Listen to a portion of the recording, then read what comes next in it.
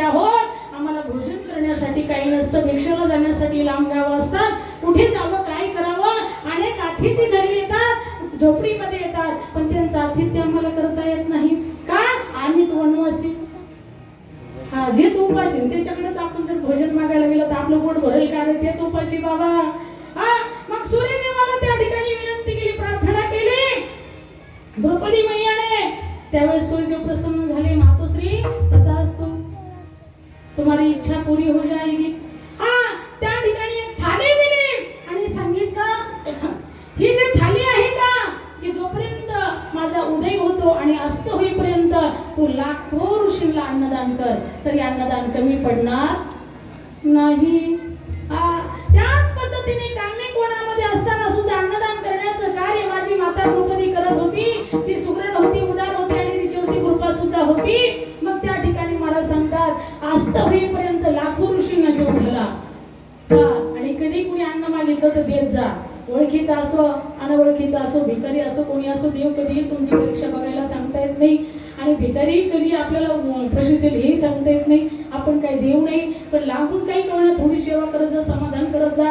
असं काही नाही की लयच त्यांना घरात बसून चहा करत जा, हे करत जा, ते करत जा, बिनावळखीच्याला ते बी करणं चुकीचं आहे.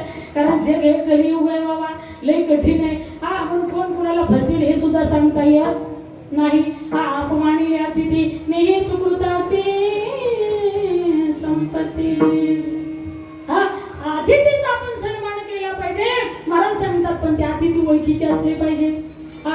ते सन्मान करण्याचे योग्यतेचे असले पाहिजे. घाली संतासी असनी पूजा करी काया वाचा म्हणे. महाराज सांगतात, ते अतिथी सन्मानित करण्याचे योग्यतेचे असले पाहिजे. तद्विधी प्रणिपाती परिप्रश्ने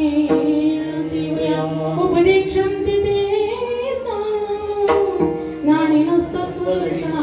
मग अपेक्षित फुले ते सांगतील कुशले, जेणे अंतःकरण बोलले संकल्पाने.